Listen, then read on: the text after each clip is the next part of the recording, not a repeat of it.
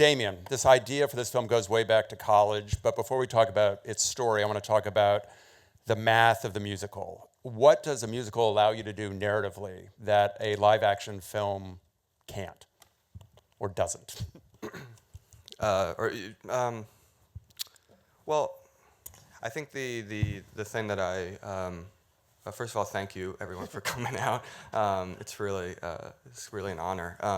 The thing I think that I loved about musicals for a while was just this idea that, you know, I guess how you define a musical is that if to my mind, it's a movie where when the character is emotional enough, they break into song. But to me, it's a bigger idea than that. It's the idea that emotions can override logic or, you know, the sort of normal rules of you know, the grammar of non-musical filmmaking.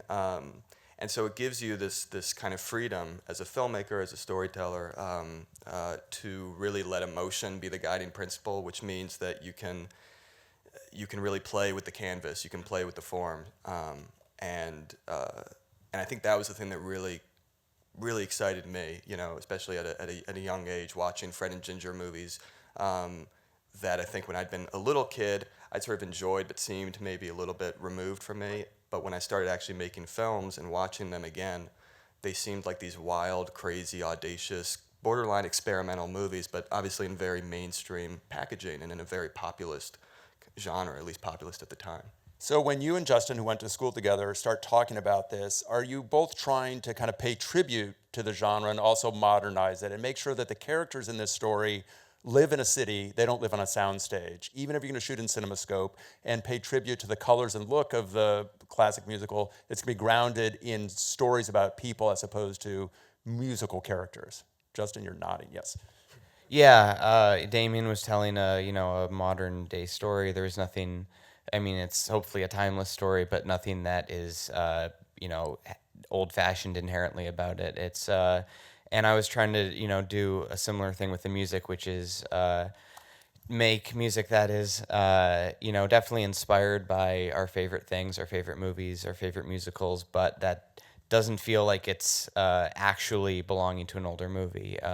We've loved a lot of the same musicals, the French New Wave musicals and American musicals like Singing in the Rain, and we've been taking those in for many years. But when I actually got down to composing at the piano or orchestrating it, I was trying to use a language that was not belonging to any of those eras or movies. It was just, hopefully I felt honest to this story, honest to these characters, to what this needed to be, and hopefully kind of sounded, the goal was to make something that sounded like its own thing and that sounded like La La Land.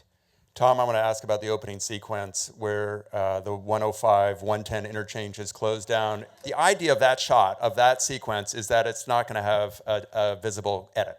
So when you're starting to work with Damien about how you're going to pull that scene off, how much planning goes into every little thing that you know that when you get an editorial that you have a way to cut that shot, cut that scene, even though you're not actually cutting? So when do you start talking about that scene in relation to filming?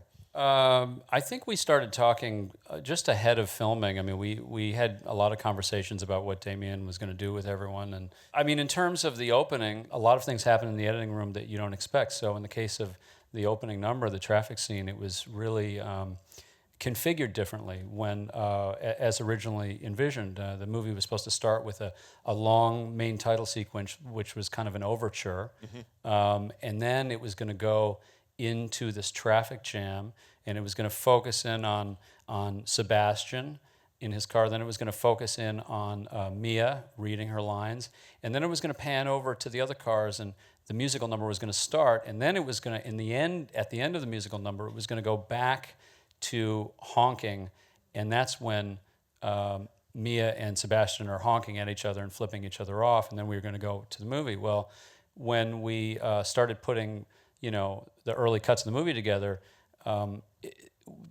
we wanted to try a lot of different things because also the opening was very long, and we ended up lifting out the traffic scene. The traffic wasn't in the movie. And so there was a version of the movie where it started with this long overture, this beautiful overture, and then it introduced the characters, and there was no number. And That version didn't work at all. It didn't work because it didn't set the rules right? I mean, It didn't, that's exactly. That's what it has to set the rules for the entire movie. Emma, why is that? That first number has to lay out the math under which this entire story is going to operate. Well, I think that, I mean, the reason you originally cut it was because it was the only musical number that wasn't sort of coming out of the story. Like there's a moment that then becomes a musical number. And so seeing it for the first time without traffic meant there were about 15 minutes with no musical number, and then the roommates just started to sing. And it was like, what? Where are we? Why are they singing? It was so sort of confusing without, which I guess ultimately is the whole point of that number, is that you know immediately what world you're in and what can happen in this kind of reality. But I want to come back to that idea of where are we, because whenever an actor is making a movie, you're going to have questions for the director, and with a musical, it's going to be a little bit different. So when you're looking to talk to Damien about the rules of this movie and the bigger questions that you have, both Ryan and Emma, with Damien, what were they and how were they distinctly different from the questions you might have about just a normal straight live action film?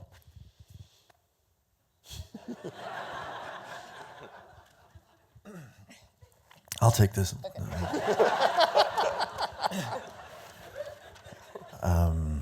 I think the thing we discussed the most was how to keep a consistency of tone and character, and so that it didn't feel like suddenly they were different people when they started singing and dancing, that somehow you would still feel like they were the same people that you had just seen in the scene beforehand. And so that's something that we talked a lot about. The level to which me and Sebastian know they're in a musical? I mean, basically? I mean, is that about their knowledge about what they're actually in? I mean, is that what you're at? Well, there was kind of a discussion that we all sort of had, that these characters recognize that when they're together, there's music between them. And then when we get to the fight sequence and the record scratches, the music has died. Right. And so there was kind of that discussion that they create this musical world, which is, again, probably what led to something like Traffic being, the music is alive within these two characters. But I don't know that was that the intention from the very beginning, that those characters created the music between them? I mean, I think probably not. No. Well, not at all. Yes. No. The actor's always right? No. I think what I was trying to say was it was, you have lots of ideas when you're writing about kind of, especially with a musical, about what as you say, what the rules, what the math of the world are. But it really did come down to a lot of, I think, just conversations with Ryan and Emma and myself, and I was really lucky to have the actors, have them not just available, but working every minute of every day for 3 to 4 months leading up to shooting. Singing, dancing, piano for Ryan, and then whenever they weren't doing that sort of more technical training, we were talking character, and we were talking through the script, and we were talking about tone. And I think two ideas that we talked about a lot were, on the one hand, this idea that they create a sort of musical between them, which is part of why the movie, at least in my mind, almost stops being a musical for a little bit when that magic kind of goes away. And doesn't come back until the end in a sort of different way. And I think then we also talked about, this idea of people being slightly just mistiming, the idea of being out of time, the idea of two characters who have their dreams are so informed by eras that don't necessarily apply to LA anymore. Obviously the movie's informed by older movies, older music, and then the characters themselves, their lives kind of wind up, it's like two ships crossing at night, and there are these sort of missed timings or things happening at the wrong time. And that kind of idea, I think, wound up being something that I think Ryan first mentioned, and we just you just latch on ideas like that because it helps guide you. I think another thing that we did that helped was developing a rat-tat-tat patter between the two characters in the scenes that weren't musical, because there's a musicality to that, and there's a rhythm to that. It helps sort of keep the music alive somehow, even though there was no actual music. Did those months, Emma and Ryan, those months of rehearsal, dancing with your choreographer, Mandy Moore, Ryan learning how to play the piano, there are obviously requirements for the performance, but they help you understand character in a way that, wardrobe may not. Do you get to have a better understanding of who Mia and Sebastian are through that rehearsal? Yeah, definitely. I mean, I think physicality is so incredibly informative and important. And when you're moving in these musical numbers as the character, obviously that's going to inform the way you move through each scene. And Mia being an actress and kind of, you know, eventually putting on this show, I think it was incredibly helpful across the board. Also to find her voice, because so much of what we talked about was her voice being very kind of light and airy at the beginning, and then she finds that kind of belt in the audition number where she really speaks her, you know, her truth in that room.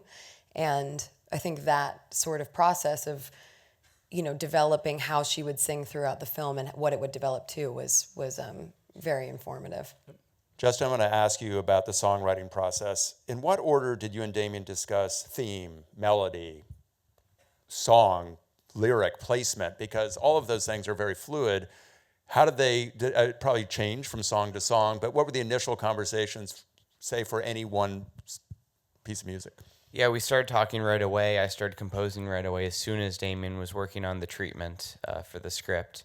And yeah, we just started biting off different things to tackle. And the first thing we wanted to tackle was the main theme of the movie, which we call Mia and Sebastian's theme. It's the instrumental theme that comes back over and over again because it's so important to the story and it's so emotionally important. So Damien felt like he wanted to know what that was before anything else was figured out. So I just spent a long time at the piano, melody after melody. I work at the piano. I spent a long time. Finally, I think I have something really good. I send it off to Damien. He says no, and then I just keep going. And then finally, somewhere in the process, there are some that we like, but not quite enough. And then finally, there's something that he just says, "Oh my God, that's the one." And it took me a long time to get there, but we finally had it. And then from there on out, there were other themes, other melodies that we called, either a yearning theme or other melodies that associated with other characters. And he just wanted me to start picking. In the treatment, there were moments in the movie that. Either at the ending sequence or early on with like the roommates characters, there were moments that he knew that there was going to be song and or score that he wanted me to start thinking about what are those melodies. So I started just finding melodies at the piano. Every single one was a long process, and once we felt like we had the melodies, then we would talk about how are we going to use them and how are we going to structure them into songs. So we talk about where's the verse, where's the chorus, is there going to be a bridge or no bridge.